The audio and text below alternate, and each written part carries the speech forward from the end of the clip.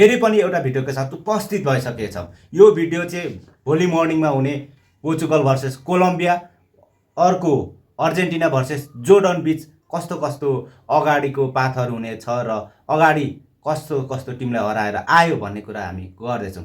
तपाईँ भनिदिनुहोस् यो हाम्रो कुन ग्रुपमा छ अर्जेन्टिना र कस्तो कस्तो खेल्यो अहिलेसम्म?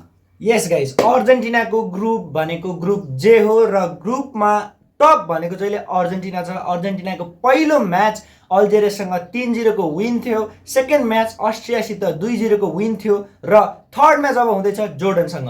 र यस गाइज, अर्जेन्टिनाले ग्रुप टप गर्नु एकदमै जरुरी थियो र अर्जेन्टिनाले ग्रुप टप गर्यो र अब पोर्चुगलले पनि आफ्नो ग्रुप टप गर्नु कति इम्पोर्टेन्ट छ भनेर सरले भन्नुहुन्छ। जुन यो पोर्चुगलको ग्रुपमा चाहिँ ग्रुप के हो, यो ग्रुपबाट अहिलेसम्म टपमा कोलम्बिया छ। तर भोलि मर्निङमा जुन चाहिँ 5-15 देखि स्टार्ट हुनेछ त्यो म्याचमा जरुरी छ अगाडिको जुन खालको योभन्दा अगाडि खेलेको म्याच एउटामा राम्रो खेले पनि अर्को कङ्गोसँग ड्र खेलेर आएको छ। जुन उज्बेकिस्तानलाई 5 गोल हार्ने पनि जुन टप 1 मा पुग्न सकेको छैन। भोलि मर्निङको म्याच जित्यो भने जुन अगाडिको हाम्रो रास्ता बाटो अलिक सजिलो हुनेछ भने जुन सेकेन्ड मात्रै भयो भने हाम्रो कसले भेट्छ अरे सेकेन्डमा। यदि Portugal fans stay tune guys, पोर्चुगलले कोलम्बियालाई जित्नु जरुरी छ। यदि पोर्चुगल हारेर इनकेस ग्रुपबाट सेकेन्ड भएर राउन्ड अफ 32 मा गयो भने फर्स्ट म्याच फेस गर्छ घानालाई, त्यो ठिक हो। बट त्यसपछि फेस गर्छ स्पेन, त्यसपछि फेस गर्छ क्वार्टर सेमीतिर फ्रान्स जस्तो टिमलाई, नेदरल्यान्ड जस्तो टिमलाई फेस गर्न सक्छ। त्यही भएर त्यो ग्रुप एकदमै गाह्रो हुनेछ। तर यदि ग्रुप टप गरेर गयो भने राउन्ड अफ 8 सम्म सजिलो हुने देखिन्छ, किनभने फर्स्ट म्याच क्रोएसियासँग पर्न सक्छ र सेकेन्ड म्याच पनि त्यस्तो धेरै हार्ड टिमसित पर्न सक्दैन र क्वार्टर फाइनल 8 मा मात्रै भेटिने हो अर्जेन्टिना भर्सेस पोर्चुगल। र पोर्चुगल फ्यान प्रे गर्नुहोस् कि पोर्चुगलले कोलम्बियालाई जितोस् र ग्रुप टप गरेर जाओस्। त्यो नै हो। अब एज हाम्रो राम्रो सजिलो जुन एउटा मात्रै हार्ड टिम भनेको जुन चाहिँ क्वार्टर फाइनलमा अर्जेन्टिनासँग भेट्ने प्रोबब्ली सम्भावना छ। फर्स्ट भएर गयो भने, सेकेन्ड भयो भने चाहिँ अब जुन सेकेन्डमा स्पेनसँग भेट्छ, उताबाट नेदरल्यान्ड आउँछ, मोरोक्को छ, फ्रान्स छ क्या। अब त्यहाँबाट चाहिँ जे पनि हुन सक्छ। तर यता आयो भने एउटा मात्रै स्टेप गाह्रो हुन सक्छ अनि फाइनल पुग्न अलिक सजिलो हुन सक्छ प्रोबब्ली।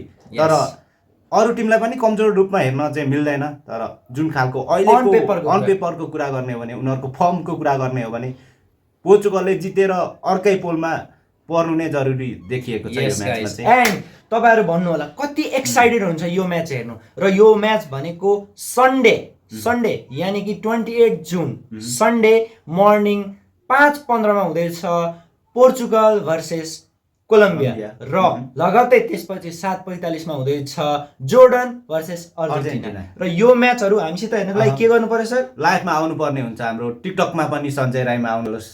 हाम्रो यो युट्युबमा त युट्युबमा स्ट्रिम नै भइहाल्छ। हामीले तपाईहरु रेगुलर भ्युअर हुनुहुन्छ भने थाहा नै छ, हामी स्ट्रिम गर्छौँ एभ्री म्याच त नभनौँ, जुन खालको हामीले टाइम मिले अनुसार जुन बेलुका एउटा र मर्निङमा एउटा गर्ने गरेको छ। तपाईहरु यो अर्जेन्टिना भर्सेस जोर्डन र यता पोर्चुगल भर्सेस कोलम्बियाको म्याचमा चाहिँ जसरी पनि आउनुपर्ने छ। यस गाइस, त्यो म्याच छुटाउनै हुँदैन र तपाईहरुले त्यो लाइभ हेर्नको लागि यदि तपाईहरु नयाँ हुनुहुन्छ भने सब्स्क्राइब गरेर बेल नोटिफिकेसन अन राखिहाल्नु, किनभने हामी सन्डे मर्निङ 5 बजेदेखि नै लाइभ हुन्छौँ। फर्स्ट म्याच हामी सब मिलेर हेर्नुपर्छ पोर्चुगल भर्सेस कोलम्बिया र second match Argentina versus Jordan हामी सँगै बसेर हेर्नुपर्छ। त्यसको लागि स्टे ट्युन गाइज, लाइक गरेर राख्नु, सब्स्क्राइब गरेर राख्नु, यो भिडियो शेयर गर्नु र हामी भेट्ने छौँ सन्डे मर्निङ 5 बजे गाइज। र प्रिडिक्सन पनि हान्न सक्छौ केटा हो, कुन खालको कसले कस्तो खेल्छ त, कति गोलले हान्दैछ त, यही भिडियोमा पनि प्रिडिक्सन हान्न सक्छौ। लाइभमा त आउनु नै परिहाल्यो। जुन खालको हाइप छ नि त, यो हाइप अर्को म्याचमा देख्न पाउँदैन है केटा हो। जुन खालको